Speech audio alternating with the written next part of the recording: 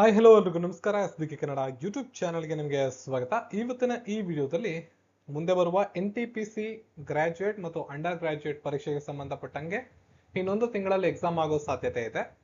So ಹಾಗಾಗಿ ಮುಂದಿನ 30 ದಿನಗಳಲ್ಲಿ ನಿಮ್ಮ ತಯಾರಿ ಹೇಗಿರಬೇಕು ಈ ಪರೀಕ್ಷೆಗೆ ಸಂಬಂಧಪಟ್ಟ ಅಂತ ಸಂಪೂರ್ಣ ಮಾಹಿತಿನ ನಿಮಗೆ ಈ ವಿಡಿಯೋದಲ್ಲಿ ತಿಳಿಸ್ಕೊಡ್ತೀನಿ. ವಿಡಿಯೋನ ಕೊನೆ ತನಕ ನೋಡಿ. ಹಾಗೂ ಈ ವಿಡಿಯೋದ ಡಿಸ್ಕ್ರಿಪ್ಷನ್ ಅಲ್ಲಿ ಟೆಲಿಗ್ರಾಮ್ದು ಸೋಷಿಯಲ್ ಮೀಡಿಯಾ ಲಿಂಕ್ಸ್ ಎಲ್ಲ ಇದೆ, ಬೇಕಾದವರು ಜಾಯಿನ್ ಕೂಡ ಆಗ್ಬೋದು. ಫ್ರೀ ಟೆಲಿಗ್ರಾಮ್ ಮತ್ತು ಪೇಯ್ಡ್ ಟೆಲಿಗ್ರಾಮ್ ಎರಡು ಕೂಡ ಇದೆ. ಪೇಯ್ಡ್ ಟೆಲಿಗ್ರಾಮ್ ಬಗ್ಗೆ ನಾನು ನಿಮಗೆ ಮಾಹಿತಿ ಕೊಡೋದಾದ್ರೆ NTPC ಮತ್ತು ಗ್ರೂಪ್ ಡಿ ಪರೀಕ್ಷೆಗೆ ಸಂಬಂಧಪಟ್ಟಂಗೆ ತಯಾರಿ ನಡೆಸ್ತಕ್ಕಂಥ ಅಭ್ಯರ್ಥಿಗಳು ಜಾಯಿನ್ ಆಗ್ಬೋದು. 99 ರುಪೀಸ್ ಅನ್ನ ಪೇ ಮಾಡಿ ನೀವು ಈ ಗ್ರೂಪ್ ಜಾಯಿನ್ ಆದ್ರೆ ನಿಮಗೆ ಎಕ್ಸಾಮಿನೇಷನ್ ಸಂಬಂಧಪಟ್ಟಿರೋ ಇಂಪಾರ್ಟೆಂಟ್ ಆಗಿರೋ PDF ನೋಟ್ಸ್ ಗಳನ್ನ ನಾವಿಲ್ಲಿ ಪ್ರೊವೈಡ್ ಮಾಡ್ತೀವಿ. ಹೆಚ್ಚಿನ ಮಾಹಿತಿಗೆ ಈ ವಿಡಿಯೋದ ಡಿಸ್ಕ್ರಿಪ್ಷನ್ ಅಲ್ಲಿ ವಾಟ್ಸ್ಆಪ್ ನಂಬರ್ ಇದೆ, ಕಾಂಟ್ಯಾಕ್ಟ್ ಮಾಡಿಬಿಟ್ಟು ಅಲ್ಲಿ ನೀವು ಪೇಮೆಂಟ್ ಅನ್ನ ಮಾಡಿ ನಂತರ ನೀವು ಗ್ರೂಪ್ಗೆ ಜಾಯಿನ್ ಆಗ್ಬೋದು. ಸೊ ಎಕ್ಸಾಮ್ ಪ್ಯಾಟರ್ನ್ ನಿಮ್ಗೆಲ್ಲ ಗೊತ್ತಿರೋಂಗೆ CBT 1 90 ನಿಮಿಷ ಕಾಲಾವಕಾಶ ಇರುತ್ತೆ. 3 ಮುಖ್ಯವಾದ ಸಬ್ಜೆಕ್ಟ್ಗಳು. ರೀಸನಿಂಗ್ ಬಂದ್ಬಿಟ್ಟು 30 ಕ್ವಶನ್ಸ್ ಇರ್ತವೆ, 30 ಅಂಕಗಳು. GK ಮತ್ತು GS 40 ಪ್ರಶ್ನೆಗಳು, 40 ಅಂಕಗಳು. ಇದರಲ್ಲಿ ಭಾಗ ಮಾಡ್ಕೊಳ್ಳಿ. ಮತ್ತೆ ಸೈನ್ಸ್ ಅಪ್ರಾಕ್ಸಿಮೇಟ್ಲಿ 20 ಬರುತ್ತೆ, ಉಳಿದಂತೆ GK ಅಪ್ರಾಕ್ಸಿಮೇಟ್ಲಿ 20 ಬರುತ್ತೆ. GK ಅಲ್ಲಿ ಸ್ಟ್ಯಾಟಿಕ್ GK, ಕರೆಂಟ್ ಅಫೇರ್ಸ್ ಎಲ್ಲ ಸೇರ್ಕೊಂಡಿರುತ್ತೆ. ಇನ್ನು ಮ್ಯಾಥಮೆಟಿಕ್ಸ್ ಅಲ್ಲಿ 30 ಪ್ರಶ್ನೆಗಳು, 30 ಅಂಕಗಳು. ಒಟ್ಟು 100 ಪ್ರಶ್ನೆಗಳು, 100 ಅಂಕಗಳು, 90 ನಿಮಿಷ, 1.5 ಗಂಟೆ ಕಾಲಾವಕಾಶ. ಪ್ರತಿ ತಪ್ಪು ಉತ್ತರಕ್ಕೆ 1/3 ನೆಗೆಟಿವ್ ಮಾರ್ಕಿಂಗ್ ಇದೆ. ಅಂದ್ರೆ 3 ತಪ್ಪು ಉತ್ತರಗಳನ್ನ ನೀವು ಎಕ್ಸಾಮ್ ಅಲ್ಲಿ ಬರೆದ್ರೆ 1 ಅಂಕವನ್ನ ಕಳ್ಕೋತೀರಾ. CBT 2 ಅಲ್ಲಿ ಸ್ವಲ್ಪ ಬದಲಾವಣೆ ಏನು ಅಂದ್ರೆ ಮ್ಯಾಥ್ಸ್ ರೀಸನಿಂಗ್ ಅಲ್ಲಿ 5 ಮಾರ್ಕ್ಸ್ ಜಾಸ್ತಿ ಮಾಡ್ತಾರೆ. ಸಮಯದ ಯಾವುದೇ ಬದಲಾವಣೆ ಇರೋದಿಲ್ಲ, 90 ನಿಮಿಷನೇ ಇರುತ್ತೆ ಟೈಮು. 20 ಅಂಕ ಜಾಸ್ತಿ ಆಗುತ್ತೆ. ಮ್ಯಾಥ್ಸ್ ರೀಸನಿಂಗ್ ಅಲ್ಲಿ 5 ಅಂಕ, GK GS ಅಲ್ಲಿ 50 ಅಂಕ. ಈಗ ಸೈನ್ಸ್ ಮತ್ತೆ GK ನ 25-25 ಅಂತ ಭಾಗ ಮಾಡ್ಕೋಬಹುದು. 25-25 ಅಂತ ಡಿವೈಡ್ ಮಾಡ್ಕೊಳ್ಳಿ. ಎಕ್ಸಾಮಿನೇಷನ್ ಟೈಮ್ ಅಲ್ಲಿ ಇದು ಡಿಫ್ರೆಂಟ್ ಆಗುತ್ತೆ. ಅಂದ್ರೆ ಎಕ್ಸಾಕ್ಟ್ ಆಗಿ 50-50% ಕೊಡ್ಬೇಕು ಅಂತಿಲ್ಲ. ಕೆಲವೊಮ್ಮೆ 20 ಮಾರ್ಕ್ಸ್ ಸೈನ್ಸ್ ಕೊಟ್ಟು 30 ಮಾರ್ಕ್ಸ್ಗೆ GK ಕೊಡ್ಬೋದು. ಕೆಲವೊಮ್ಮೆ ಸೈನ್ಸ್ ಅನ್ನೇ ಜಾಸ್ತಿ ಮಾಡಿ GK ನ ಕಡಿಮೆ ಮಾಡ್ಬೋದು. ಕರೆಂಟ್ ಅಫೇರ್ಸ್ ಅನ್ನ ಜಾಸ್ತಿ ಮಾಡ್ಬೋದು GK ಅಲ್ಲಿ, ಇಲ್ಲ ಸ್ಟ್ಯಾಟಿಕ್ GK ನ ಜಾಸ್ತಿ ಮಾಡ್ಬೋದು. ಇದೆಲ್ಲ ಆ ಒಂದು ಸಂದರ್ಭದಲ್ಲಿ ಕ್ವಶನ್ ಪೇಪರ್ ಪ್ರಿಪರೇಷನ್ ಮೇಲೆ ಡಿಪೆಂಡ್ ಆಗತ್ತೆ ಅಷ್ಟೇ. ಇಲ್ಲೂ ಕೂಡ 1/3 ನೆಗೆಟಿವ್ ಮಾರ್ಕಿಂಗ್ ಇರುತ್ತೆ. ಈ ಪರೀಕ್ಷೆಯಲ್ಲಿ ಏನ್ ಅಂಕಗಳನ್ನ ಪಡ್ಕೋತೀರಾ ಇದೇ ನಿಮ್ಮ ನೇಮಕಾತಿಗೆ ಅಂತಿಮವಾಗುತ್ತೆ. ನೆಕ್ಸ್ಟ್ ಕಟ್ ಆಫ್ ಬಗ್ಗೆ ಮಾತಾಡೋದಾದ್ರೆ ಪ್ರತಿಯೊಂದು ಲೆವೆಲ್ಗೂ ಬೇರೆ ಬೇರೆ ಕಟ್ ಆಫ್ ಇರ್ತಿತ್ತು. ಲಾಸ್ಟ್ ಟೈಮ್ ಎಕ್ಸಾಮ್ ನಡೆದಾಗ ಪ್ರತಿ ಲೆವೆಲ್ಗೂ ಕಟ್ ಆಫ್ ಇರ್ತಿತ್ತು. ಹೈಯೆಸ್ಟ್ ಲೆವೆಲ್ ನ ಇಲ್ಲಿ ಇಟ್ಕೊಂಡು ನಾನು ಕಟ್ ಆಫ್ ಅನ್ನ ಮೆನ್ಷನ್ ಮಾಡಿದ್ದೀನಿ. ಇದರಲ್ಲಿ ಬೆಂಗಳೂರಿನಲ್ಲಿ 2470 ಹುದ್ದೆಗಳು ಕಳೆದ ಬಾರಿ ಖಾಲಿ ಇದ್ವು. ಈ ಸಲ 500 ಹುದ್ದೆಗಳೇನೋ ಇವೆ ಅಷ್ಟೇನೆ.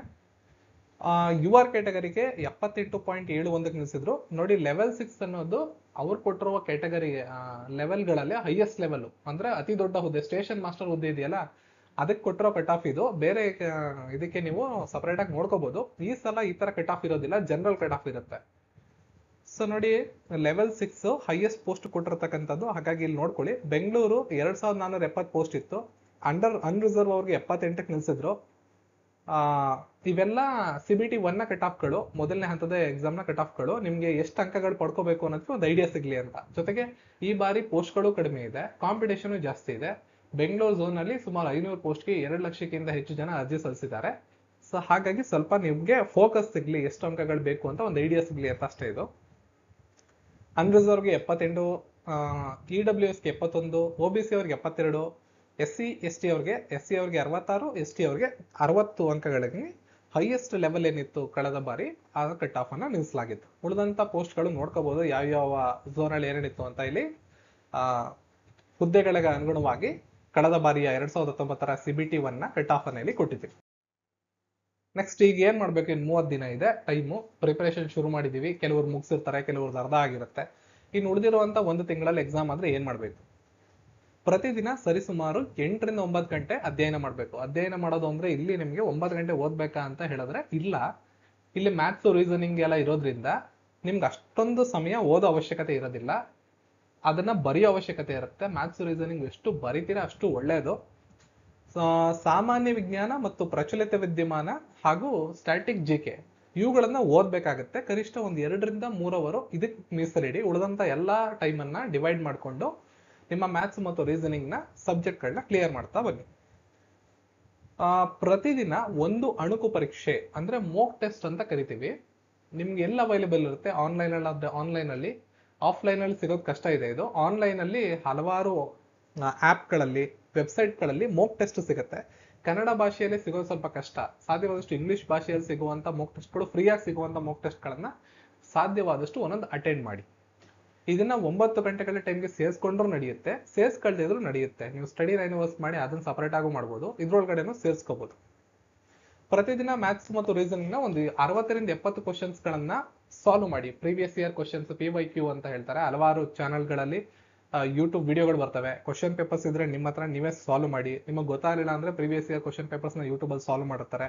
ಆ ವಿಡಿಯೋಸ್ ಗಳನ್ನ ಪ್ಲೇ ಮಾಡ್ಕೊಂಡು, ಕ್ವಶನ್ಸ್ ಗಳನ್ನ ಬರ್ಕೊಂಡು, ಆನ್ಸರ್ಸ್ ಅನ್ನ ಮಾಡ್ಕೊಂಡು, ಆಮೇಲೆ ಆ ವಿಡಿಯೋಸ್ ಗಳಲ್ಲಿ ಆನ್ಸರ್ ಗಳನ್ನ ನೋಡ್ಕೋಬಹುದು. ಈ ತರ ಸ್ಟ್ರಾಟಜಿನ ಯೂಸ್ ಮಾಡಿ ನೀವು ಮೋಕ್ ಟೆಸ್ಟ್ ಗಳನ್ನ, ಪ್ರೀವಿಯಸ್ ಇಯರ್ ಕ್ವಶನ್ಸ್ ನ ಅಟೆಂಡ್ ಮಾಡಬಹುದು.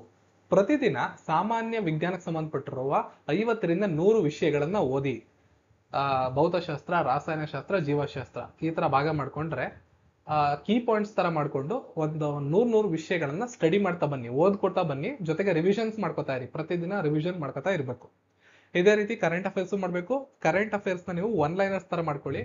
ಹಾಗೆ ನಿಮ್ಗೆ ಕರೆಂಟ್ ಅಫೇರ್ಸ್ ನೋಟ್ಸ್ ಕಳೆದ ವರ್ಷದ ಏನಾದ್ರು ಬೇಕು ಅಂದ್ರೆ ನಮ್ಮ ಹತ್ರ PDF ನೋಟ್ಸ್ ಅವೈಲೇಬಲ್ ಇದೆ. 120ಗೆ ನಿಮ್ಗೆ 2024ರ ಕಂಪ್ಲೀಟ್ ಕರೆಂಟ್ ಅಫೇರ್ಸ್ ಸಿಗುತ್ತೆ. ಪರ್ಚೇಸ್ ಮಾಡೋರು, ಆಸಕ್ತಿ ಇರೋರು ಪರ್ಚೇಸ್ ಮಾಡ್ಬೋದು. ಅದು ಕೂಡ ನಿಮ್ಗೆ ನಮ್ಮ ಹತ್ರ ಅವೈಲೇಬಲ್ ಇದೆ. ಇದು ಜನರಲ್ ಆಗಿ ಕೊಟ್ಟಿರೋದು. ಇದೇ ರೀತಿ ಫಾಲೋ ಮಾಡಬೇಕು ಅಂತ ಏನೂ ಇಲ್ಲ, ಒಂದು ಅಂದಾಜಲ್ಲಿ ಕೊಟ್ಟಿದ್ದೀನಿ. ನಿಮ್ಮ ಅನುಕೂಲಕ್ಕೆ ತಕ್ಕಂತೆ ನೀವು ಇದನ್ನ ಬದಲಾಯಿಸ್ಕೊಳ್ಳಿ. ಮ್ಯಾಥ್ಸ್ 2.5 ಗಂಟೆ, ರೀಸನಿಂಗ್ 1 ಗಂಟೆ, ಜನರಲ್ ಸೈನ್ಸ್ 3 ಗಂಟೆ, ಮೋಕ್ ಟೆಸ್ಟ್ 1.5 ಗಂಟೆ. ಮೋಕ್ ಟೆಸ್ಟ್ ತಗೊಂಡಾಗ ನೀವು ಎಕ್ಸಾಮಿನೇಷನ್ ಹೆಂಗ್ ಅಟೆಂಡ್ ಮಾಡ್ತೀರಾ ಹಂಗೆ ಮಾಡಬೇಕು. 1.5 ಗಂಟೆ ಮತ್ತು ಮೋಕ್ ಟೆಸ್ಟ್ ನ ಅನಾಲಿಸಿಸ್ 1 ಅವರ್. ಈ ಮೋಕ್ ಟೆಸ್ಟ್ ಅನಾಲಿಸಿಸ್ ನ ಟೈಮ್ ನ ಕಮ್ಮಿ ಮಾಡ್ತೀನಿ ಅನ್ನೋರು, ಮ್ಯಾಥಮೆಟಿಕ್ಸ್ 2 ಅವರ್ಸ್ ಮಾಡ್ಕೋತೀವಿ ಅನ್ನೋರು, ರೀಸನಿಂಗ್ ಇದೆಯಲ್ಲ ಅದನ್ನ 2 ಅವರ್ಸ್ ಮಾಡ್ಕೋಬಹುದು. ಸೊ ನನ್ನ ಪ್ರಕಾರ ಮ್ಯಾಥ್ಸ್ ರೀಸನಿಂಗ್ ಗೆ ನೀವು ಯಾವ್ದ್ರಲ್ಲಾದ್ರೂ ಒಂದರಲ್ಲಿ ಫಾಸ್ಟ್ ಇದ್ದೀರಾ ಅಂದ್ರೆ, ಯಾವ್ದ್ರಲ್ಲಿ ವೀಕ್ ಇದೀರೋ ಅದಕ್ಕೆ ಜಾಸ್ತಿ ಟೈಮ್ ಅನ್ನ ಕೊಡಿ. ನೆಕ್ಸ್ಟ್ ಸಿಲೆಬಸ್ ಕಂಪ್ಲೀಟ್ ಮಾಡಿ. ಎಷ್ಟು ಸಿಲೆಬಸ್ ಇದೆ ಎಲ್ಲವನ್ನ ನೋಟ್ ಮಾಡಿ ಇಟ್ಕೊಂಡು ಎಲ್ಲ ಪ್ರಿಪೇರ್ ಮಾಡ್ಕೊಂಡಿದ್ರೆ ಸಿಲೆಬಸ್ ನ ಆದಷ್ಟು ಬೇಗ ಕಂಪ್ಲೀಟ್ ಮಾಡಿ. ಎಷ್ಟು ಓದಿರ್ತೀರೋ ಅಷ್ಟನ್ನ ರಿವಿಷನ್ಸ್ ಮಾಡಕ್ ಶುರು ಮಾಡಿ. ಪೇಯ್ಡ್ ಕ್ಲಾಸ್ಗಳನ್ನ ಪರ್ಚೇಸ್ ಮಾಡಿದ್ರೆ ಆ ಕ್ಲಾಸಸ್ ನ ಸಿಲೆಬಸ್ ನ ಕವರ್ ಮಾಡಿ. ಫ್ರೀ ಕ್ಲಾಸಸ್ ನ ನೀವು ಓದ್ತಿದ್ದೀರಾ ಅಂದ್ರೆ ಯೂಟ್ಯೂಬ್ ಅಲ್ಲಿ ಸಾಧ್ಯವಾದಷ್ಟು ಸ್ಟಿಕ್ ಆನ್ ಆಗಿ ಜಾಸ್ತಿ ವಿಡಿಯೋಸ್ ಗಳನ್ನ ನೋಡದೆ ಒಂದೇ ಚಾನಲ್ಗೆ ಅಥವಾ ಒಂದೇ ಕಂಟೆಂಟ್ಗೆ ಸ್ಟಿಕ್ ಆನ್ ಆಗಿ ನೀವು ಸಿಲೆಬಸ್ ಅನ್ನ ಆದಷ್ಟು ಬೇಗ ಕಂಪ್ಲೀಟ್ ಮಾಡ್ಕೊಳ್ಳಿ. ಹಾಗೆ ಪ್ರತಿ ಒಂದು ಚಾಪ್ಟರ್ ಇಂದ ಕನಿಷ್ಠ ಅಂದ್ರೆ ಒಂದು 30 ಕ್ವಶನ್ಸ್ ಅನ್ನ ಪ್ರಾಕ್ಟೀಸ್ ಮಾಡಿ. 60 ಮ್ಯಾಕ್ಸಿಮಮ್, ಮಿನಿಮಮ್ 30 ಪ್ರಾಕ್ಟೀಸ್ ಮಾಡಿ. ಉದಾಹರಣೆಗೆ ಮ್ಯಾಥಮೆಟಿಕ್ಸ್ ನಲ್ಲಿ ನಂಬರ್ ಸೀರೀಸ್ ಅನ್ನೋ ಒಂದು ಚಾಪ್ಟರ್ ತಗೊಂಡ್ರೆ, ನಂಬರ್ ಸೀರೀಸ್ ಅಲ್ಲಿ ಇದುವರೆಗೂ ಪ್ರೀವಿಯಸ್ ಇಯರ್ ಕ್ವಶನ್ ಪೇಪರ್ಸ್ ಅಲ್ಲಿ ಕೇಳಿರುವಂತ ಎಲ್ಲಾ ಕ್ವಶನ್ಸ್ ಗಳನ್ನ ಮಾರ್ಕ್ ಮಾಡ್ಕೊಂಡು ಅದನ್ನೇ ಒಂದ್ ಕಡೆ ನೋಟ್ ಮಾಡಿದ್ರೆ ನಿಮ್ಗೊಂದು ಹೊಸ ನೋಟ್ಸ್ ಆಗುತ್ತೆ ರಿವಿಷನ್ಸ್ಗೆ. ಹಾಗೆ ರೇಷಿಯೋಸ್ ಇರ್ಬೋದು, ಪ್ರಪೋರ್ಷನ್ಸ್ ಇರ್ಬೋದು, work and time and work ಇರ್ಬೋದು, ರೈಲ್ವೆ ಸಂಬಂಧಪಟ್ಟಿರುವಂತಹ ಟ್ರೈನ್ಗೆ ಸಂಬಂಧಪಟ್ಟಿರೋ ಪ್ರಾಬ್ಲಮ್ಸ್ ಇರ್ಬೋದು, ಇವುಗಳನ್ನ ಪ್ರೀವಿಯಸ್ ಇಯರ್ ಕ್ವಶನ್ಸ್ ಪೇಪರ್ಸ್ ನ ನೀವು ಕಲೆಕ್ಟ್ ಮಾಡ್ತಿರಲ್ಲ ಅಲ್ಲಿ ಕ್ವಶನ್ಸ್ ನ ಡಿವೈಡ್ ಮಾಡ್ಕೊಂಡು ಬರ್ಕೊಂಡು ಅದನ್ನೇ ಪ್ರಾಕ್ಟೀಸ್ ಮಾಡಿದ್ರೆ ನಿಮ್ಗೆ ಹೆಚ್ಚು ಕ್ವಶನ್ಸ್ ಗಳು ಸಿಗ್ತವೆ. Sectional mock and quiz on each chapter. ಪ್ರತಿ ಚಾಪ್ಟರ್ಗೂ ನಿಮಗೆ ಆನ್ಲೈನ್ ಅಲ್ಲಿ ಸೆಕ್ಷನಲ್ ಕ್ವಿಜಸ್ ಅಂತ ಬರ್ತವೆ. ಅಂದ್ರೆ ನಂಬರ್ ಸೀರೀಸ್ಗೆ ಒಂದು, ಬ್ಲಡ್ ರಿಲೇಷನ್ಸ್ಗೆ ಒಂದು, ಕೋಡಿಂಗ್ ಡಿಕೋಡಿಂಗ್ಗೆ ಒಂದು, ಈ ತರ ಸಪ್ರೇಟ್ ಆಗಿ ಕ್ವಿಜಸ್ ಬರ್ತವೆ. ಫ್ರೀ ಆಗಿರುವಂತಹ ಪ್ಲಾಟ್ಫಾರ್ಮ್ಸ್ ಗಳನ್ನ ನೋಡ್ಕೊಳ್ಳಿ. ನಿಮ್ಗೆ ಹಣ ಕೊಟ್ಬಿಟ್ಟು ತಗೋತೀನಿ ಅಂದ್ರೆ ಪೇಯ್ಡ್ ಪ್ಲಾಟ್ಫಾರ್ಮ್ಸ್ ಕೂಡ ಅವೈಲೇಬಲ್ ಇರ್ತವೆ. ನಿಮ್ಮ ಅನುಕೂಲಕ್ಕೆ ತಕ್ಕಂತೆ ನೋಡ್ಕೊಂಡು ಸಾಧ್ಯವಾದಷ್ಟು ಅದನ್ನ ಕವರ್ ಅಪ್ ಮಾಡಕ್ ನೋಡಿ. ಜೊತೆಗೆ 2019ರಲ್ಲಿ ಎಕ್ಸಾಮ್ ನೋಟಿಫಿಕೇಶನ್ 2021-22ರಲ್ಲಿ ನಡೆದಿದ್ದಂತೆ ಎಕ್ಸಾಮು. ಈಗ 2025ರಲ್ಲಿ ಎಕ್ಸಾಮ್ ಯಾವ ರೀತಿ ಬರಬಹುದು, ಪ್ಯಾಟರ್ನ್ ಏನಾದ್ರು ಚೇಂಜ್ ಆಗಿದೆಯಾ ಅಂತ ಅರ್ಥ ಮಾಡ್ಕೋಬೇಕು ಅಂದ್ರೆ ರೀಸೆಂಟ್ ಆಗಿ ALP, ಟೆಕ್ನಿಷಿಯನ್, RPF, JE ಈ ಎಕ್ಸಾಮ್ಸ್ ಎಲ್ಲ ಆಗಿವೆ. ಅದರ ಕ್ವಶನ್ ಪೇಪರ್ಸ್ ನ ಸ್ವಲ್ಪ ತಗೊಂಡು ಕ್ವಶನ್ಸ್ ಅನ್ನ ಯಾವ ರೀತಿ ಕೇಳಿದ್ದಾರೆ, ಸ್ಟ್ಯಾಂಡರ್ಡ್ ಯಾವ ತರ ಇಂಪ್ರೂವ್ ಆಗಿದೆ ಅಂತ ನೀವು ಅದನ್ನ ಚೆಕ್ ಮಾಡ್ಬೋದು. ಅಂಡ್ ಕರೆಂಟ್ ಅಫೇರ್ಸ್ ಎಷ್ಟು ಓದ್ಬೇಕು ಅಂದ್ರೆ ನೀವು ಕನಿಷ್ಠ ವರ್ಸ್ಟ್ ಕೇಸ್ ಅಂತ ಅನ್ಕೊಂಡ್ರು 2024ರದು 1 ವರ್ಷದ ಕರೆಂಟ್ ಅಫೇರ್ಸ್ ಅಂತೂ ನಿಮಗೆ ಗೊತ್ತಿರ್ಬೇಕು. ಹಾಗೆ 2023ರ ಕೊನೆಯ 6 ತಿಂಗಳದ್ದು ಓದ್ಕೊಂಡ್ರು ಸಾಕಾಗತ್ತೆ. 2 ಕರೆಂಟ್ ಅಫೇರ್ಸ್ ನೋಟ್ಸ್ಗಳು ನನ್ನ ಹತ್ರ ಅವೈಲೇಬಲ್ ಇದೆ, ಬೇಕಾದವರು ಪರ್ಚೇಸ್ ಮಾಡ್ಕೊಳ್ಳಿ. ಡೈಲಿ ನೀವು ಒಂದು ಮೋಕ್ ಟೆಸ್ಟ್ ಅನ್ನು ಅಟೆಂಡ್ ಮಾಡಬೇಕು. ಏನೇ ಆದ್ರೂ ಕೂಡ 1.5 ಗಂಟೆಯ ಮೋಕ್ ಟೆಸ್ಟ್ ನ ಡೈಲಿ ಒಂದು ಅಟೆಂಡ್ ಮಾಡಬೇಕು. ಡೈರೆಕ್ಟ್ ಹೋಗಿ ಎಕ್ಸಾಮ್ ಬರೆದ್ರೆ ನೀವು ಯಾವುದೇ ಕಾರಣಕ್ಕೂ ಪಾಸ್ ಮಾಡಕ್ ಆಗಲ್ಲ, ಇದನ್ನ ತಿಳ್ಕೊಂಡಿರಿ. ಮೋಕ್ ಟೆಸ್ಟ್ ಗಳನ್ನ ಅಟೆಂಡ್ ಮಾಡೋದ್ರಿಂದ ಟೈಮ್ ಮ್ಯಾನೇಜ್ಮೆಂಟ್ ಮತ್ತು ಮಿಸ್ಟೇಕ್ಸ್, ಎಲ್ಲಿ ಮಿಸ್ಟೇಕ್ಸ್ ಏನ್ ಮಾಡ್ತಿದೀವಿ ಅನ್ನೋದು 2 ವಿಷಯಗಳು ನಮಗೆ ಗೊತ್ತಾಗ್ತವೆ. ಈಗ ಮ್ಯಾಥ್ಸ್ ಸ್ಟ್ರಾಟಜಿ ನೋಡೋಣ. CBT 1 ಅಲ್ಲಿ 30 ಮಾರ್ಕ್ಸ್, CBT 2 ಅಲ್ಲಿ 35 ಮಾರ್ಕ್ಸ್ ಇರುತ್ತೆ ಮ್ಯಾಥ್ಸ್. ನೀವೇನ್ ಮಾಡ್ಬೇಕು, ಕಾನ್ಸೆಪ್ಟ್ ಅನ್ನ ಅರ್ಥ ಮಾಡ್ಕೊಂಡ್ಬೇಕು. ಫಸ್ಟ್ ಕಾನ್ಸೆಪ್ಟ್ ಅನ್ನ ಅರ್ಥ ಮಾಡ್ಕೊಳ್ಳೋಕೆ PYQ ಸೀರೀಸ್ ಅಂತ, PYQ ಸೀರೀಸ್ ಅಂದ್ರೆ ಕ್ವಶನ್ ಪೇಪರ್ಸ್ ನ ಕಲೆಕ್ಟ್ ಮಾಡಿ ಪ್ರಿವಿಯಸ್ ಇಯರ್ ಕ್ವಶನ್ಸ್ ಅಂತ ಕಲೆಕ್ಟ್ ಮಾಡ್ಬಿಟ್ಟು ಫಾರ್ಮುಲಾ ಬುಕ್ಸ್ ಅಂತ ಬರುತ್ತೆ. ನೀವು ಅದನ್ನೆಲ್ಲ ಕೆಲವೊಂದಕ್ಕೆ ಏನಾಗುತ್ತೆ ಫಾರ್ಮುಲಾಸ್ ಅವಶ್ಯಕತೆ ಇರುತ್ತೆ. ಮೆನ್ಸುರೇಷನ್ ಅನ್ನೋ ಚಾಪ್ಟರ್ಗೆ ಹೋದ್ರೆ ನೀವು ಅಲ್ಲಿ ಫಾರ್ಮುಲಾಗಳು ಬೇಕಾಗುತ್ತೆ ನಿಮಗೆ. ರೈಂಬೋಸ್, ಸ್ಕ್ವೇರು, ಕ್ಯೂಬು, ಇದರಲ್ಲಿ ಪೆರಿಮೀಟರ್ ಕಂಡಿಡಿರಿ, ಈ ತರ ಎಲ್ಲ ಕೇಳಿದಾಗ ನಿಮಗೆ ಫಾರ್ಮುಲಾಸ್ ಗೊತ್ತಿದ್ರೆ ಮಾತ್ರ ಮಾಡೋಕ್ಕಾಗೋದು. ಸೊ ಕಾನ್ಸೆಪ್ಟ್ ಅನ್ನ ಅರ್ಥ ಮಾಡ್ಕೊಳ್ಳಿ. ಅದಕ್ಕೆ PYQ previous year question papers ನೋಡಿ, ಕಾನ್ಸೆಪ್ಟ್ ಮೇಲೆ ಯಾವ ತರ ಕ್ವಶನ್ಸ್ ಕೇಳಿದ್ದಾರೆ ಅಂತ ಅರ್ಥ ಮಾಡ್ಕೊಂಡ್ರೆ ಅದಕ್ಕೆ ಸಂಬಂಧಪಟ್ಟಿರೋ ಫಾರ್ಮುಲಾಗಳು, ಶಾರ್ಟ್ ಕಟ್ ಮೆಥಡ್ಸ್ ಎಲ್ಲವನ್ನ ಯೂಸ್ ಮಾಡ್ಬೋದು. ಅದಾದ್ಮೇಲೆ ಪ್ರಾಕ್ಟೀಸ್ ಮಾಡಬೇಕು. ಪ್ರಾಕ್ಟೀಸ್ ಮಾಡೋದಕ್ಕೆ ನೀವು ಪ್ರಾಕ್ಟೀಸ್ ಬುಕ್ ತಗೋಬಹುದು ಅಥವಾ ಆನ್ಲೈನ್ಗೆ ಹೋಗ್ಬೋದು. ಎರಡು ಈಸಿ ಮೆಥಡ್ಸ್. ಸೊ ನಿಮ್ಗೊಂದು ಐಡಿಯಾ ಸಿಗ್ಲಿ ಯಾವ ಚಾಪ್ಟರ್ಗಳ ಮೇಲೆ ಕಾನ್ಸಂಟ್ರೇಟ್ ಮಾಡಬೇಕು ಅಂತ ಇಲ್ಲಿ ಕೆಲವೊಂದಿಷ್ಟು ಮಾಹಿತಿಗಳನ್ನ ಕೊಟ್ಟಿದ್ದೀನಿ. ವೆಯ್ಟೇಜ್ ಜಾಸ್ತಿ ಇರುವ ಚಾಪ್ಟರ್ಗಳ ಕಡೆ ಗಮನ ಕೊಡಿ. ಉದಾಹರಣೆಗೆ simple interest, compound interest 2 questions ಪ್ರತಿ ಎಕ್ಸಾಮ್ ಅಲ್ಲೂ ಇರುತ್ತೆ. ಸೊ ಆ ಚಾಪ್ಟರ್ ನೀವು ಓದ್ಕೋಬೇಕು. ಅದೇ ರೀತಿ ಮೆನ್ಸುರೇಷನ್ ಇಂದ 2, ರೇಷಿಯೋ ಪ್ರಪೋರ್ಷನ್ಸ್ ಇಂದ 3, ಹೈಟ್ ಅಂಡ್ ಡಿಸ್ಟೆನ್ಸ್ ಇಂದ 2, ಪ್ರಾಫಿಟ್ ಲಾಸ್ ಇಂದ 3, ಜಾಮೆಟ್ರಿ ಇಂದ 2, ನಂಬರ್ ಸಿಸ್ಟಮ್ ಇಂದ 4. ಸೊ ನಂಬರ್ ಸಿಸ್ಟಮ್ ಚಾಪ್ಟರ್ ನ ನೀವು ಚೆನ್ನಾಗಿ ಓದ್ಕೋಬೇಕು. ಯಾವುದೇ ಕ್ವಶನ್ಸ್ ಬಂದ್ರು 4 ಮಾರ್ಕ್ಸ್ ನಿಮಗೆ ಎಕ್ಸಾಮ್ ಅಲ್ಲಿ ಬರೋ ತರ ಮಾಡ್ಕೋಬೇಕು. Simplification 3, time and work 2, time speed distance 2, ಮತ್ತೆ ಟ್ಯಾಬುಲರ್ DI 3. ಇಲ್ಲಿ ನೋಡಿ ನಂಬರ್ ಸಿಸ್ಟಮ್, ಸಿಂಪ್ಲಿಫಿಕೇಶನ್, ಆಮೇಲೆ ಸಿಂಪಲ್ ಇಂಟ್ರೆಸ್ಟ್, ಕಾಂಪೌಂಡ್ ಇಂಟ್ರೆಸ್ಟ್, ಈ ಚಾಪ್ಟರ್ಗಳು ಸ್ವಲ್ಪ ಈಸಿ ಇರ್ತವೆ ಕಂಪೇರ್ ಟು ಎಲ್ಲಾ ಚಾಪ್ಟರ್ಗಳು. ಹಾಗೆ ಜಾಮೆಟ್ರಿ ಕೂಡ, ಪ್ರಾಫಿಟ್ ಲಾಸ್, ಈ ತರ ಚಾಪ್ಟರ್ಸ್ನೆಲ್ಲ ಕವರ್ ಮಾಡ್ಕೊಂಡ್ಬಂದ್ರೆ ನಿಮ್ಮ 30 ಅಂಕಗಳಲ್ಲಿ 15-16 ಅಂಕಗಳು ಫಸ್ಟ್ ಬಂದ್ಬಿಡ್ತವೆ. ಅಷ್ಟು ಬಂದ್ಬಿಟ್ರೆ ನಿಮ್ಗೆ ಎಕ್ಸಾಮ್ ಬರೆಯಕ್ಕೆ ಕಾನ್ಫಿಡೆನ್ಸ್ ಬರುತ್ತೆ. ಯಾವ ಚಾಪ್ಟರ್ ನಿಮಗೆ ಕಷ್ಟ ಅನ್ಸುತ್ತೋ ಅದನ್ನ ಮೊದಲು ಪ್ರಾಕ್ಟೀಸ್ ಮಾಡಿ, ಅದರ ಕಡೆ ಫಸ್ಟ್ ಗಮನ ಕೊಡಿ. ಇನ್ನು ರೀಸನಿಂಗ್ ಬಗ್ಗೆ ಹೇಳೋದಾದ್ರೆ 30 ಮಾರ್ಕ್ಸ್ CBT 1 ಅಲ್ಲಿ, 35 ಮಾರ್ಕ್ಸ್ CBT 2 ಅಲ್ಲಿ. ಇದು ಅಷ್ಟೇ, ತುಂಬಾ ಪ್ರಾಕ್ಟೀಸ್ ಮಾಡ್ಬೇಕು. ರೀಸನಿಂಗ್ ಕ್ವಶನ್ಸ್ ತುಂಬಾ ಲಾಂಗ್ ಇರ್ತವೆ, ಟೈಮ್ ಕನ್ಸ್ಯೂಮಿಂಗ್ ಇರ್ತವೆ, ಸಮಯವನ್ನ ತಿಂತವೆ ಎಕ್ಸಾಮ್ ಅಲ್ಲಿ. ಈ ಕ್ವಶನ್ಸ್ ಗಳಿಗೆ ಆನ್ಸರ್ ಅನ್ನ ಕಂಡುಹಿಡಿಬಹುದು, ಬಟ್ ಸಮಯವನ್ನ ತುಂಬಾ ಹಾಳು ಮಾಡುವಂತಹ ಕ್ವಶನ್ಸ್ ಗಳು ರೀಸನಿಂಗ್ ಅಲ್ಲಿ ಬರ್ತವೆ. ಸೊ ಎಕ್ಸಾಮ್ಗೂ ಮುಂಚೆ ತುಂಬಾ ಪ್ರಾಕ್ಟೀಸ್ ಮಾಡ್ಕೊಂಡು ಹೋದ್ರೆ ತುಂಬಾ ಅನುಕೂಲ ಆಗುತ್ತೆ. ಇಲ್ಲೂ ಅಷ್ಟೇ ಸಿಲೆಬಸ್ ಕಂಪ್ಲೀಟ್ ಮಾಡಿ. ಯೂಟ್ಯೂಬ್ ಅಲ್ಲಿ ಬರುವಂತಹ ಮ್ಯಾರಥಾನ್ ಕ್ಲಾಸಸ್ ಗಳು ಯಾವ್ದಕ್ಕೂ ಒಂದು ಸ್ಟಿಕ್ ಆನ್ ಆಗ್ಬಿಟ್ಟು ಅದನ್ನ ನೋಡಿ, ಪ್ರೀವಿಯಸ್ ಇಯರ್ ಕ್ವಶನ್ಸ್ ಅನ್ನು ನೋಡಿ. ಇಲ್ಲಿ ನಿಮ್ಗೆ ಕೋಡಿಂಗ್ ಡಿಕೋಡಿಂಗ್ 4 ಕ್ವಶನ್ಸ್ ಬರ್ತವೆ ಮಿನಿಮಮ್. ವೆನ್ ಡಯಾಗ್ರಾಮ್ದು 3 ಬರ್ತವೆ, ಪಜಲ್ದು 3 ಬರ್ತವೆ, ಬ್ಲಡ್ ರಿಲೇಷನ್ದು 3ರಿಂದ 4, statement and assumption, statement and conclusion ಇವೆರಡರಿಂದ 4 ಕ್ವಶನ್ ಬರ್ತವೆ, syllogism 3, analogy 3, mathematical operations 4, odd one out 1, sentence arrangement 1. ಇಷ್ಟು ಕ್ವಶನ್ಸ್ ನಿಮಗೆ ಬರ್ತವೆ. ಇದು ಪ್ರೀವಿಯಸ್ ಇಯರ್ ಕ್ವಶನ್ ಪೇಪರ್ಸ್ ಅಲ್ಲಿ ಬಂದಿರತಕ್ಕಂತ ಸಾಮಾನ್ಯವಾದ ಕ್ವಶನ್ಸ್ ಗಳನ್ನ ಅನಲೈಸ್ ಮಾಡಿದಾಗ ಬಂದಿರತಕ್ಕಂಥವು. ನೋಡಿ, ಇಲ್ಲಿ ವೆಯ್ಟೇಜ್ ನೋಡ್ಕೋಬೇಕು ನೀವು. ಕೋಡಿಂಗ್ ಡಿಕೋಡಿಂಗ್ ಮತ್ತೆ ಮ್ಯಾಥಮೆಟಿಕಲ್ ಆಪರೇಷನ್ಸ್ ಹಾಗೂ ಬ್ಲಡ್ ರಿಲೇಷನ್, ಇವು 3 ಚಾಪ್ಟರ್ ನೀವು ಕಲ್ತ್ಕೊಂಡ್ರೆ, ಚೆನ್ನಾಗಿ ಪ್ರಾಕ್ಟೀಸ್ ಮಾಡಿದ್ರೆ ಕನಿಷ್ಠ 10ರಿಂದ 12 ಮಾರ್ಕ್ಸ್ ನಿಮ್ ಪಾಕೆಟ್ ಅಲ್ಲಿ ಇದ್ದಂಗೆ. ಅದೇ ರೀತಿ ವೆನ್ ಡಯಾಗ್ರಾಮು, ಪಜಲ್, ಸಿಲಾಗಿಸಮ್, ಇವು 3 ಚಾಪ್ಟರ್ ನ ಕಲ್ತ್ರೆ 9 ಮಾರ್ಕ್ಸ್. ಅಲ್ಲಿಗೆ 20 ಮಾರ್ಕ್ಸ್ ನೀವು 6 ಚಾಪ್ಟರ್ ನ ಕಲಿಯೋದ್ರಿಂದ ಬರ್ತವೆ. ಈ 6 ಚಾಪ್ಟರ್ ನ ಫಸ್ಟ್ ಕಂಪ್ಲೀಟ್ ಮಾಡಿ. ಈ ತರ ಸ್ಟ್ರಾಟಜಿಸ್ ನ ಯೂಸ್ ಮಾಡಬೇಕು. ಯಾವ ಚಾಪ್ಟರ್ ಅಲ್ಲಿ ಜಾಸ್ತಿ ಕ್ವಶನ್ಸ್ ಎಕ್ಸಾಮ್ ಅಲ್ಲಿ ಬರ್ತಿದೆ ಅಂತಾರೆ ಆ ಚಾಪ್ಟರ್ ನ ಕ್ವಶನ್ಸ್ ಗಳಿಗೆ ಹೋಗ್ಬೇಕಾಗತ್ತೆ. ಅಂದ ಹಾಗೆ ಇನ್ನೊಂದು ವಿಷಯವನ್ನ ನಾನು ಇಲ್ಲಿ ಹೇಳಬೇಕು. ಕ್ವಶನ್ಸ್ ಗಳು ತುಂಬಾ ಈಸಿ ಮೆಥಡ್ಸ್ ಅಲ್ಲಿ ಕಲಿಬೇಡಿ. ಮೆಥಡ್ ನ ಅಪ್ಗ್ರೇಡ್ ಮಾಡಿರ್ತಾರೆ ಇವಾಗ. ಈಸಿ ಮೆಥಡ್ ಇಂದ ಶುರು ಮಾಡಿ ಎಷ್ಟು ಸಾಧ್ಯವೋ ಅಷ್ಟು ಮೆಥಡ್ ಗಳನ್ನ ಕಲೀರಿ. ಅದಕ್ಕೆ ನೀವು ಮೋಕ್ ಟೆಸ್ಟ್ ಗಳನ್ನ, ಸೆಕ್ಷನ್ ವೈಸ್ ಮೋಕ್ ಟೆಸ್ಟ್ ಗಳನ್ನ ತಗೋಬೇಕು. ಆವಾಗ ನಿಮ್ಗೆ ಉದಾಹರಣೆಗೆ ಕೋಡಿಂಗ್ ಡಿಕೋಡಿಂಗ್ ಅಲ್ಲಿ 4 ಕ್ವಶನ್ಸ್ ಗಳು ಬಂದ್ರೆ 4 ಈಸಿ ಕ್ವಶನ್ಸ್ ಇರೋದಿಲ್ಲ. ಒಂದು ತುಂಬಾ ಈಸಿ ಇರುತ್ತೆ, ಒಂದು ಡಿಫಿಕಲ್ಟ್ ಇರುತ್ತೆ, ಒಂದು ಅವರೇಜ್ ಇರುತ್ತೆ, ಒಂದು ಅಬೋವ್ ಅವರೇಜ್ ಇರುತ್ತೆ.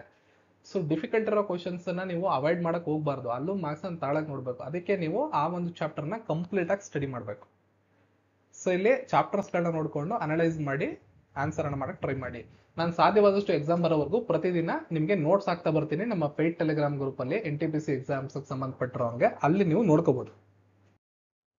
ನೆಕ್ಸ್ಟ್ GK GS, CBT 1 ಅಲ್ಲಿ 40, CBT 2 ಅಲ್ಲಿ 50. ತುಂಬಾ ಇಂಪಾರ್ಟೆಂಟ್ ಟಾಪಿಕ್ ಇದು. ಇಲ್ಲಿ ನಿಮ್ಗೆ ಹಿಸ್ಟ್ರಿ ನೀವು ತುಂಬಾ ಚೆನ್ನಾಗಿ ಓದ್ಕೋಬೇಕು. ಹಿಸ್ಟ್ರಿಯಿಂದ ನಿಮ್ಗೆ 7 ಕ್ವಶನ್ಸ್ ಬರ್ತವೆ. ನಾನ್ ಕಂಡಿರೋಂಗೆ ಇತಿಹಾಸದ ಮೇಲೆ ತುಂಬಾ ಪ್ರಶ್ನೆಗಳನ್ನ ಎಕ್ಸಾಮ್ ಅಲ್ಲಿ ಕೇಳ್ತಿದ್ದಾರೆ. ಮಾಡರೇಟ್ ಲೆವೆಲ್ ಅಲ್ಲಿ ಇರುತ್ತೆ.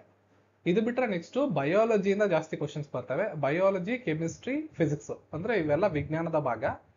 ಸಾಮಾನ್ಯವಾಗಿ 13ರಿಂದ 15 ಕ್ವಶನ್ ಕೇಳಿದ್ದಾರೆ ಲಾಸ್ಟ್ ಸಲ. ಬಟ್ ನಿಮಗ್ ಗೊತ್ತಿರ್ಲಿ 20 ಕ್ವಶನ್ ತನಕನೂ ಹೋಗ್ಬೋದು ಇವರು. ಅಂದ್ರೆ 20 ತನಕನೂ ಹೋಗ್ಬೋದು. ಇದು ಡಿವಿಷನ್ ತರ 20, GK 20, GS 20 and GK 25, GS 25 ಅಂತ ಲೆಕ್ಕ. 20 ಮಾರ್ಕ್ಸ್ಗೂ ಕೊಡ್ಬೇಕು ಅಂತಿಲ್ಲ. 10 ಮಾರ್ಕ್ಸ್ ಮೇಲೆ ಇದ್ದೇ ಇರುತ್ತೆ. 10ರಿಂದ 15 ಮಾರ್ಕ್ಸ್ ತನಕ ಇರುತ್ತೆ. ಸೊ ಪ್ರೀವಿಯಸ್ ಇಯರ್ದು ಕಂಪೇರ್ ಮಾಡಿದಾಗ ನೋಡಿ, ಬಯಾಲಜಿ 7, ಕೆಮಿಸ್ಟ್ರಿ 2, ಫಿಸಿಕ್ಸ್ 4 ಕೊಟ್ಟಿದ್ದಾರೆ. ಸೊ ಹೆಚ್ಚು ಕಡಿಮೆ 13 ಅಂಕಗಳಿಗೆ ಸೈನ್ಸ್ ಕೊಟ್ಟಿದ್ದಾರೆ ಲಾಸ್ಟ್ ಟೈಮ್. ಅಲ್ಲಿ ಕಾಂಪೋಸಿಟ್ ಅಂತ ಹೇಳ್ಬಿಟ್ಟು ಕಂಪ್ಯೂಟರ್ ಸೇರಿಸ್ತಾರೆ ಕ್ವಶನ್ಸ್, 4 ಕ್ವಶನ್ಸ್ ಕಂಪ್ಯೂಟರ್ನಿಂದ ಬರುತ್ತೆ. ಕರೆಂಟ್ ಅಫೇರ್ಸ್ ಏನಿಲ್ಲ ಅಂದ್ರೂ ಒಂದು 10ರಿಂದ 11 ಕ್ವಶನ್ಸ್ ಇರುತ್ತೆ. ಸೊ ಕರೆಂಟ್ ಅಫೇರ್ಸ್ 2024 ಕಂಪ್ಲೀಟ್ ಓದಿರ್ಬೇಕು. 2023 ಇಂಪಾರ್ಟೆಂಟ್ ಆಗಿರೋ ಟಾಪಿಕ್ಸ್ಗಳನ್ನ ನೋಡ್ಕೊಂಡಿರ್ಬೇಕು. ಇಷ್ಟು ವಿಷಯಗಳು ನಿಮಗೆ ಗೊತ್ತಿರ್ಬೇಕಾಗತ್ತೆ. ಸೊ ಇಲ್ಲಿ Indian history, current affairs, general science, ಇಷ್ಟು ವಿಷಯಗಳನ್ನ ಓದ್ಕೊಂಡ್ರೆ ನಿಮ್ಗೆ ಹೆಚ್ಚು ಕಡಿಮೆ 13 + 11 24 ಒಂದು 30 ಅಂಕಗಳ ಕವರ್ ಆಗುತ್ತೆ. ಇನ್ನು ಜಿಯೋಗ್ರಫಿ, ಪಾಲಿಟಿ, ಸ್ಟಾಟಿಕ್, ಜಿಕೆ ಇದರಲ್ಲಿ ಉಳಿದಂತ ಅಂಕಗಳು ಬರ್ತವೆ ಅವಾಗ. ಅಂದ್ರೆ 40ಗೆ ಒಂದು 30 ಮಾರ್ಕ್ಸ್ ಅಷ್ಟು ನಿಮ್ಗೆ ಇಷ್ಟೇ ಕವರ್ ಆಗುತ್ತೆ. ಉಳಿದಂತವುಗಳಿಂದ ಒಂದು 10 ಮಾರ್ಕ್ಸ್ ಬರುತ್ತೆ. ನೀವು ಯಾವ್ದಾದ್ರು ಸ್ಟ್ರಾಂಗ್ ಇದ್ರೆ ಆ ಟಾಪಿಕ್ಸ್ ಮೇಲೆ ಚೆನ್ನಾಗಿ ಓದ್ಕೊಳ್ಳಿ. ಈಗ ಸ್ಟಾಟಿಕ್ ಜಿಕೆ ಏನ್ ಓದ್ಬೇಕು, ಕರೆಂಟ್ ಅಫೇರ್ಸ್ ಅಲ್ಲಿ ಏನ್ ಓದ್ಬೇಕು ನೋಡಿ, ಎಲ್ಲವನ್ನ ಓದ್ಬೇಕಾಗುತ್ತೆ. ಸ್ಟಾಟಿಕ್ ಜಿಕೆ ಅಂತ ಹೇಳಿದಾಗ ಇದನ್ನೇ ಓದಿ ಅಂತ ಹೇಳಕ್ ಬರಲ್ಲ. ಆದ್ರೆ ಕೆಲವೊಂದು ವಿಷಯಗಳನ್ನ ಓದ್ಲೇಬೇಕು ನೀವು. ಇಲ್ಲಿ ಕೊಟ್ಟಿರೋ ವಿಷಯಗಳಿದೆಯಲ್ಲ ಅದನ್ನ ಓದ್ಕೊಂಡು ಹೋಗ್ಲೇಬೇಕು ಎಕ್ಸಾಮ್ಗೆ ಅಂತ ಕೊಟ್ಟಿರ್ತಕ್ಕಂಥದ್ದು. ಒಂದು ಕ್ಲಾಸಿಕಲ್ ಅಂಡ್ ಫ್ಲೋಕ್ ಡಾನ್ಸ್. ನಮ್ಮ ದೇಶದ ಹಲವಾರು ರಾಜ್ಯಗಳಿವೆಯಲ್ಲ, ಆ ರಾಜ್ಯಗಳ ಕ್ಲಾಸಿಕಲ್ ಫೋಕ್ ಡಾನ್ಸಸ್ ಯಾವ ರಾಜ್ಯಕ್ಕೆ ಸಂಬಂಧಪಟ್ಟಿರೋದು ಅನ್ನೋ ಒಂದು ವಿಷಯ ಗೊತ್ತಿರ್ಬೇಕು. ಜೊತೆಗೆ ರಾಜ್ಯಗಳು, ಅದರ ರಾಜಧಾನಿಗಳು, ಅದರ ರಾಜ್ಯಪಾಲರು, ಈಗ ರೀಸೆಂಟ್ ಆಗಿರುವಂತಹ ಎಲೆಕ್ಷನ್ ಸಂಬಂಧಪಟ್ಟಿರೋ ವಿಷಯಗಳು ಎಲ್ಲದರ ಮೇಲೆ ಕ್ವಶನ್ಸ್ ಕೇಳ್ತಾರೆ. ಎರಡನೇದು ವಾಟರ್ ಫಾಲ್ಸ್ಗಳ ಬಗ್ಗೆ ತುಂಬಾ ಕ್ವಶನ್ಸ್ ಕೇಳ್ತೇವೆ. ವರ್ಲ್ಡ್ ವೈಡ್ ಕೇಳ್ಬೋದು ಇದನ್ನ. ನೆಕ್ಸ್ಟ್ ಫೆಸ್ಟಿವಲ್ಸ್, ಈ ಒಂದು ಹಬ್ಬ ಯಾವ ರಾಜ್ಯದಲ್ಲಿ ನಡೆಯುತ್ತೆ, ಈ ಒಂದು ಹಬ್ಬವನ್ನ ಯಾವ ರಾಜ್ಯದಲ್ಲಿ ನಡೆಸ್ತಾರೆ, ಅಥವಾ ಈ ಹಬ್ಬ ಯಾವ ಒಂದು ಬುಡಕಟ್ಟು ಸಮುದಾಯ ಯಾವ ರಾಜ್ಯದಲ್ಲಿ ಆಚರಣೆ ಮಾಡ್ತದೆ, ಈ ತರ ಹಲವಾರು ಪ್ರಶ್ನೆಗಳನ್ನ ಕೇಳ್ತಾರೆ. ನೆಕ್ಸ್ಟ್ ಟೆಂಪಲ್ ಅಂಡ್ ಮಾನ್ಯುಮೆಂಟ್ಸ್, ಇದ್ರ ಮೇಲೆ ಕ್ವಶನ್ಸ್ ಕೇಳ್ತಾರೆ. Books and author's, important days with themes, musical instruments ಮತ್ತು ಅದಕ್ಕೆ ಸಂಬಂಧಪಟ್ಟಿರೋ ವ್ಯಕ್ತಿಗಳು. ನೋಡಿ, ಈ ಟಾಪಿಕ್ಸ್ ನ ನೀವು ಯಾವ ಕಾರಣಕ್ಕೂ ಬಿಡಕ್ ಹೋಗ್ಬೇಡಿ. ಇದನ್ನ ಸಾಧ್ಯವಾದಷ್ಟು ಜಾಸ್ತಿ ಓದ್ಕೊಂಡೋಗಿ. ಜೊತೆಗೆ GK/GS ಸಂಬಂಧಪಟ್ಟಿರೋ ಕೆಲವೊಂದಿಷ್ಟು PDF ನಾನು ಟೆಲಿಗ್ರಾಮ್ ಅಲ್ಲಿ ಶೇರ್ ಮಾಡ್ತೀನಿ, ನೋಡ್ಕೊಳ್ಳಿ ಅವನು.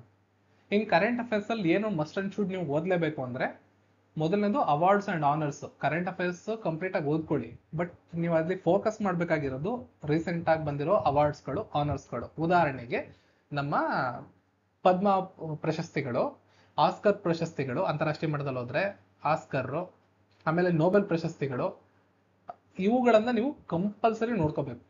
ಆಮೇಲೆ ಹಾನರ್ಸ್ ಅಂದ್ರೆ ನಮ್ಮ ದೇಶದ ಪ್ರಧಾನಮಂತ್ರಿಗಳಿಗೆ ಸಿಕ್ಕಿರುವಂತ ಗೌರವ ಇರ್ಬೋದು, ರಾಷ್ಟ್ರಪತಿಗಳಿಗೆ ಸಿಕ್ಕಿರುವಂತ ಗೌರವ ಇರ್ಬೋದು, ಈ ತರ ಇವುಗಳನ್ನ ನೋಡ್ಕೋಬೇಕು. ಇನ್ನೊಂದು government schemes and apps, recent ಆಗಿ ರಿಲೀಸ್ ಆಗಿರುವಂತಹ ಭಾರತ ಸರ್ಕಾರದ ಯೋಜನೆಗಳು. ಆಮೇಲೆ ಇದು ಸ್ಟಾಟಿಕ್ ಜಿಕೆ ಕರೆಂಟ್ ಅಫೇರ್ಸ್ ನ ಸೇರಿಸ್ಕೊಂಡು ಕೊಡ್ತಾರೆ. ಭಾರತ ಸರ್ಕಾರದ ಯೋಜನೆಗಳಿರ್ತಾವಲ್ಲ ಅವುಗಳ ಮೇಲೆ ಕ್ವಶನ್ಸ್ ಬಂದೇ ಬರುತ್ತೆ, ಎಕ್ಸಾಮ್ ಅಲ್ಲಿ ಇರುತ್ತೆ. ಅಂಡ್ ಆಪ್ಸ್ಗಳು, ರೀಸೆಂಟ್ ಆಗಿ ಯಾವ್ದಾದ್ರು ಭಾರತ ಸರ್ಕಾರ ರಿಲೀಸ್ ಮಾಡಿರುವಂತ ಆಪ್ಸ್ಗಳು, ಅದು ಎಸ್ಪೆಷಲಿ ರೈಲ್ವೆ ಸಂಬಂಧಪಟ್ಟಿರೋದಿದ್ರೆ ಕ್ವಶನ್ಸ್ ಬರ್ತವೆ. ನೆಕ್ಸ್ಟ್ ಸ್ಪೋರ್ಟ್ಸ್ ಅಂತ ಬಂದಾಗ ನಿಮ್ಗೆ ಕ್ರಿಕೆಟ್ ಒಂದೇ ಇರಲ್ಲ, ಹಾಕಿ, ಕ್ರಿಕೆಟ್, ನಮ್ಮ ಕಾಮನ್ವೆಲ್ತ್ ಇರ್ಬೋದು. ರೀಸೆಂಟ್ ಆಗಿ ಕಾಮನ್ವೆಲ್ತ್ ಎಲ್ಲಿ ನಡೆದಿದೆ, ಮುಂದೆ ಎಲ್ಲಿ ನಡೆಯುತ್ತೆ, ಆಮೇಲೆ ಭಾರತದ ಅಥ್ಲೀಟ್ಗಳು ಎಲ್ಲೆಲ್ಲಿ ಪಾರ್ಟಿಸಿಪೇಟ್ ಮಾಡ್ತಿದ್ದಾರೆ, ಯಾವ್ಯಾವ ಕಾಂಪಿಟೇಷನ್ಸ್ ಗಳಲ್ಲಿ ಅವ್ರಿಗೆ ಯಾವ ಪದಕಗಳು ಬರ್ತಾ ಇದ್ದಾವೆ, 2023, 24, 25 ನೋಡ್ಕೊಂಡಿರಿ. ಹಾಗೂ ಮೇನ್ ಆಗಿ ನಡೆಯುವಂತ ಟೂರ್ನಮೆಂಟ್ಗಳು ರೀಸೆಂಟ್ ಆಗಿ ಎಲ್ಲಿ ನಡೀತವೆ, ಮುಂದೆ ಎಲ್ಲಿ ನಡೀತವೆ ಅನ್ನೋದನ್ನೆಲ್ಲ ನೋಡ್ಕೋತಾ ಇರಬೇಕು, ತುಂಬಾ ಇಂಪಾರ್ಟೆಂಟ್. ಇದಾದ್ಮೇಲೆ ಅಪಾಯಿಂಟ್ಮೆಂಟ್ಸ್, ಭಾರತದ ಅತಿ ದೊಡ್ಡ ಹುದ್ದೆಗಳಿರ್ತಾವಲ್ಲ ಅವುಗಳಿಂದ ಹಿಡಿದು ಪ್ರಮುಖವಾದ ಸಂಸ್ಥೆಗಳಿರ್ತಾವಲ್ಲ, ಸೆಬಿ ಇರ್ಬೋದು, RBI ಇರ್ಬೋದು, ಅಂತಾರಾಷ್ಟ್ರೀಯ ಸಂಸ್ಥೆಗಳು ಕೂಡ ಇರ್ಬೋದು. ಉದಾಹರಣೆಗೆ ವಿಪ್ರೋ, ಇನ್ಫೋಸಿಸ್. ಭಾರತದಲ್ಲಿ ಬಂದ್ರೆ ನಿಮ್ಗೆ ಹಲವಾರು ಕಂಪ್ನಿಗಳು ಸಿಗ್ತವೆ. ಮತ್ತೆ ಸರ್ಕಾರದ ಮಟ್ಟದಲ್ಲೂ ಕೂಡ ಸೆಕ್ರೆಟರಿ ಇರ್ಬೋದು, ಗವರ್ನರ್ ಇರ್ಬೋದು, ಬದಲಾವಣೆಗಳಾದಾಗ, ಹಾಗೂ ಸೆಂಟ್ರಲ್ ಗವರ್ಮೆಂಟ್ ಕ್ಯಾಬಿನೆಟ್ ಮಂತ್ರಿಗಳು ಯಾವ್ಯಾವ ಖಾತೆಗಳನ್ನ ಹೊಂದಿದ್ದಾರೆ ಅಂತ ಇರ್ಬೋದು, ಚೀಫ್ ಮಿನಿಸ್ಟರ್ಗಳಿರ್ಬೋದು. ಈ ಎಲ್ಲಾ ವಿಷಯಗಳು ಇಲ್ಲಿ ಬರ್ತವೆ, ಇಂಪಾರ್ಟೆಂಟ್ ಆಗಿರೋ ಅಪಾಯಿಂಟ್ಮೆಂಟ್ಸ್, ಇದು ನೋಡ್ಕೊಳ್ಳಿ. Next ranking and index. Ranking ಮತ್ತು ಇಂಡೆಕ್ಸ್ಗಳು ಇದ ನಿಮ್ಗೆ ಸಾಮಾನ್ಯವಾಗಿ ಕ್ವಶನ್ಸ್ ಬರ್ತವೆ. ರ್ಯಾಂಕಿಂಗು ಮತ್ತು ಇಂಡೆಕ್ಸ್ಗಳು ಅಂದ್ರೆ ಯಾವ ಒಂದು ಸಂಸ್ಥೆ ಯಾವ ವರದಿಯನ್ನ ಪ್ರಕಟ ಮಾಡುತ್ತೆ, ಅದರಲ್ಲಿ ಮೊದಲನೇ ಸ್ಥಾನದಲ್ಲಿ ಯಾವ್ದಿದೆ, ಯಾವ ಮಾನದಂಡಗಳ ಮೇಲೆ ಆ ಒಂದು ವರದಿಯನ್ನ ಪ್ರಕಟ ಮಾಡ್ತಾರೆ, ಯಾರು ಆ ವರದಿಯನ್ನ ಬಿಡುಗಡೆ ಮಾಡ್ತಾರೆ, ಜೊತೆಗೆ ಅಗ್ರ ಸ್ಥಾನದಲ್ಲಿ ಇರ್ತಕ್ಕಂಥದ್ದು, ಕೊನೆ ಸ್ಥಾನದಲ್ಲಿ ಇರ್ತಕ್ಕಂಥದ್ದು, ಭಾರತ ಯಾವ ಸ್ಥಾನದಲ್ಲಿ ಇದೆ, ಕಳೆದ ವರ್ಷ ಯಾವ ಸ್ಥಾನದಲ್ಲಿ ಇತ್ತು, ಇಷ್ಟು ವಿಷಯಗಳು ಇಲ್ಲಿ ಗೊತ್ತಿರ್ಬೇಕು. ಇದಾದ್ಮೇಲೆ ಇನ್ನೊಂದು ಟಾಪಿಕ್, MOUs, ಒಪ್ಪಂದಗಳು, ಅಂತಾರಾಷ್ಟ್ರೀಯ ಒಪ್ಪಂದಗಳು. ಭಾರತ ರೀಸೆಂಟ್ ಆಗಿ ಯಾವ ದೇಶಗಳ ಜೊತೆ ಒಪ್ಪಂದ ಮಾಡ್ಕೊಂಡಿದೆ, ಇದು ಬಂದಾಗ ನಿಮ್ಗೆ ಸಮ್ಮೇಳನಗಳು ರೀಸೆಂಟ್ ಆಗಿ ಎಲ್ಲಿ ನಡೆದಿವೆ, ಏನೇನಾಗಿವೆ, ಯಾವ ಸಮ್ಮೇಳನದಲ್ಲಿ ಭಾರತ ಭಾಗವಹಿಸಿತ್ತು, ಆವಾಗ ಗುಂಪುಗಳು ಬರ್ತವೆ. G20, G10, G5, ಬ್ರಿಕ್ಸ್, ಈ ತರ ಎಲ್ಲ ಬರ್ತವೆ. ಆಗ ಅದನ್ನೆಲ್ಲ ಸಂಪೂರ್ಣವಾಗಿ ನೋಡ್ಕೋಬೇಕು ನೀವು. ಅದರ ಕೇಂದ್ರ ಕಚೇರಿ ಎಲ್ಲಿ ಕಂಡು ಬರ್ತವೆ, ರೀಸೆಂಟ್ ಆಗಿ ಎಲ್ಲಿ ನಡೀತು, ಯಾವ ಗುಂಪಲ್ಲಿ ಭಾರತ ಇದೆ, ಯಾವ ಗುಂಪಲ್ಲಿ ಭಾರತ ಇಲ್ಲ, ಎಲ್ಲವನ್ನ ನೋಡ್ಕೋಬೇಕು. ನೆಕ್ಸ್ಟ್ ಮಿಲಿಟರಿ ಎಕ್ಸಸೈಸು ಇಂಪಾರ್ಟೆಂಟ್ ಆಗಿರತಕ್ಕಂಥದ್ದು. ಮಿಲಿಟರಿ ಎಕ್ಸಸೈಸ್ಗಳ ನೇಮು, ಭಾರತದ ಆರ್ಮಿ ಯಾವ್ದ್ರಲ್ಲಿ ಪಾರ್ಟಿಸಿಪೇಟ್ ಮಾಡುತ್ತೆ, ನೇವಿ ಯಾವ್ದ್ರಲ್ಲಿ ಪಾರ್ಟಿಸಿಪೇಟ್ ಮಾಡುತ್ತೆ, ಹಾಗೂ ಸೇನೆ ಯಾವ್ದ್ರಲ್ಲಿ ಪಾರ್ಟಿಸಿಪೇಟ್ ಮಾಡುತ್ತೆ, ಭಾರತದ 3 ವಿಭಾಗಗಳಿವೆ ಅಲ್ಲ, ಅವುಗಳು ಯಾವ ಯಾವ ದೇಶದ ಜೊತೆ ಯಾವ ಯಾವ ಎಕ್ಸಸೈಸ್ ಅನ್ನ ಎಲ್ಲಿ ಮಾಡ್ತಾರೆ ಅಂದ್ರೆ ರೀಸೆಂಟ್ ಆಗಿ 1-2-3 ವರ್ಷದ್ದು ನೀವು ಗೊತ್ತಿರಲೇಬೇಕಾಗುತ್ತೆ ಮಿನಿಮಮ್. ಇನ್ನು 2024ರಲ್ಲಿ ಒಲಿಂಪಿಕ್ಸ್ ನಡೆದಿತ್ತು, ಅದ್ರ ಮೇಲೆ ಕ್ವಶನ್ಸ್ ತುಂಬಾ ಬರೋ ಚಾನ್ಸ್ ಇದೆ. ಕಳೆದ ಬಾರಿ ನೋಬೆಲ್, ಕಳೆದ ಬಾರಿ ಆಸ್ಕರ್, ಪದ್ಮ ಪ್ರಶಸ್ತಿಗಳು, ಪದ್ಮ ಪ್ರಶಸ್ತಿ ಅಂದ್ರೆ ಭಾರತ ರತ್ನ, ಪದ್ಮಭೂಷಣ, ಪದ್ಮವಿಭೂಷಣ ಅವೆಲ್ಲ ಬರ್ತವೆ. ಅದಾದ್ಮೇಲೆ ಅಂತಾರಾಷ್ಟ್ರೀಯ ಪ್ರಶಸ್ತಿಗಳಿರ್ತಾವಲ್ಲ, ಅವುಗಳ ಮೇಲೂ ಕ್ವಶನ್ಸ್ ಬರ್ತವೆ. ಅವುಗಳನ್ನ ಕರೆಂಟ್ ಅಫೇರ್ಸ್ ಅಲ್ಲಿ ನೀವು ಚೆನ್ನಾಗಿ ನೋಡ್ಕೋಬೇಕು. ಇದಿಷ್ಟು ಜಿ ಕೆ ಮತ್ತು ನಮ್ಮ ಸ್ಟ್ಯಾಟಿಕ್ ಜಿ ಕೆ ಹಾಗೂ ಕರೆಂಟ್ ಅಫೇರ್ಸ್. ನಮ್ಮ ಜಿ ಕೆ ಅಂತ ಏನ್ ಕರಿತೀವಲ್ಲ, ಆ ವಿಭಾಗದಲ್ಲಿ ನೀವು 20 ಅಂಕಗಳಿಗೆ ಏನ್ ತಯಾರಿ ಮಾಡ್ಬೇಕು ಅನ್ನುವಂತ ವಿಷಯಗಳು. ಕರೆಂಟ್ ಅಫೇರ್ಸ್ ಎಲ್ಲ ಪ್ರಿಫರಬಲಿ ಹೇಳೋದು ಲಾಸ್ಟ್ 8ರಿಂದ 10 ತಿಂಗಳು ಅಂತ. ಬಟ್ ನಾನು ಹೇಳೋದೇನು ಅಂದ್ರೆ 2024 ಕಂಪ್ಲೀಟ್ ನಿಮಗೆ ಗೊತ್ತಿರ್ಬೇಕು. 23ಗೂ ಅವ್ರು ಹೋಗ್ಬೋದು, ಹೇಳಕ್ಕಾಗಲ್ಲ, ಹೋಗಕ್ಕಾಗಲ್ಲ ಅಂತ ಹೇಳಕ್ಕಾಗಲ್ಲ. ಕರೆಂಟ್ ಅಫೇರ್ಸ್ ಯಾವ ತರ ಕೇಳಿದ್ದಾರೆ ಈ ವರ್ಷದ್ದು ಅಂತ ತಿಳ್ಕೊಳಕ್ಕೆ ನೀವು ಇವಾಗ ನಿಮ್ಮ ಹತ್ರ ALP ಟೆಕ್ನಿಷಿಯನ್, RPF, JE ಇದು ಕ್ವಶನ್ ಪೇಪರ್ಸ್ ಇವೆ, ಅಲ್ಲೋಗಿ ಚೆಕ್ ಮಾಡಿ ನಿಮ್ಗೆ ಕರೆಂಟ್ ಅಫೇರ್ಸ್ ಯಾವ ತರ ಕೇಳಿದ್ದಾರೆ ಅಂತ ಗೊತ್ತಾಗುತ್ತೆ. ಅಂಡ್ ಯೂಟ್ಯೂಬ್ ಮ್ಯಾರಥಾನ್ ವಿಡಿಯೋಗಳನ್ನ ನೋಡ್ಕೊಳ್ಳಿ, ಇದರಲ್ಲಿ ನೀವು ಸಿಲೆಬಸ್ನ ಕಂಪ್ಲೀಟ್ ಮಾಡೋದಕ್ಕೆ. ಮತ್ತು ಪೇಯ್ಡ್ ಕ್ಲಾಸಸ್ನ ತಗೊಂಡ್ರವರು ಅದರಲ್ಲಿ ಕಂಪ್ಲೀಟ್ ಮಾಡ್ಕೊಳ್ಳಿ. ಯಾವ್ದಾದ್ರು ಪೇಯ್ಡ್ ಕ್ಲಾಸ್ ಇರ್ಬೋದು, ನೀವು ಯಾವ ಒಂದು ಸೆಕ್ಷನ್ ಅಲ್ಲಿ, ಯಾವ ಒಂದು ಆ್ಯಪ್ ಅಲ್ಲಿ, ಯಾವ ಒಂದು ಪ್ಲಾಟ್ಫಾರ್ಮ್ ಅಲ್ಲಿ ಕ್ಲಾಸ್ ತಗೊಂಡಿರ್ತಾರೋ ಅಲ್ಲಿ ಆದಷ್ಟು ಬೇಗ ಸಿಲೆಬಸ್ ಅನ್ನ ಕವರ್ ಮಾಡ್ಕೊಳ್ಳಿ. ಜೊತೆಗೆ ಇಲ್ಲೂ ಕೂಡ ಮೋಕ್ ಟೆಸ್ಟ್ ಗಳನ್ನ ಅಟೆಂಡ್ ಮಾಡ್ಬೇಕಾದ್ರೆ ಸೆಕ್ಷನ್ ವೈಸ್ ಹೋಗಿ, ಅಂದ್ರೆ ಈಗ ಹಿಸ್ಟ್ರಿದು ಜಾಸ್ತಿ ಕ್ವಶನ್ಸ್ ಬರ್ತಾವೆ, ಸೊ ಹಿಸ್ಟ್ರಿ ಮೋಕ್ ಟೆಸ್ಟ್ ಗಳನ್ನ ಜಾಸ್ತಿ ಅಟೆಂಡ್ ಮಾಡಿ, ಕರೆಂಟ್ ಅಫೇರ್ಸ್ ಅಟೆಂಡ್ ಮಾಡಿ, ಸೈನ್ಸ್ ಅಟೆಂಡ್ ಮಾಡಿ, ಈ ತರ. ಓಕೆ, ಇನ್ನು ಇಂಪಾರ್ಟೆಂಟ್ ಆಗಿರೋ ಸ್ಟ್ಯಾಟಿಕ್ ಜಿ ಕೆ ಟಾಪಿಕ್ಸ್ ಹೇಳಿದಿನಲ್ಲ, ಇಲ್ಲಿ ಹೇಳಿರೋದು ಬಹಳ ಮುಖ್ಯವಾಗಿರೋ ಟಾಪಿಕ್ಸ್. ಇದನ್ನ ಬಿಟ್ಟು ಟಾಪಿಕ್ಸ್ ಇರ್ತವೆ, ಅವುಗಳನ್ನ ನೀವು ಓದ್ಕೋಬೇಕು ನೋಡ್ಕೊಂಡು.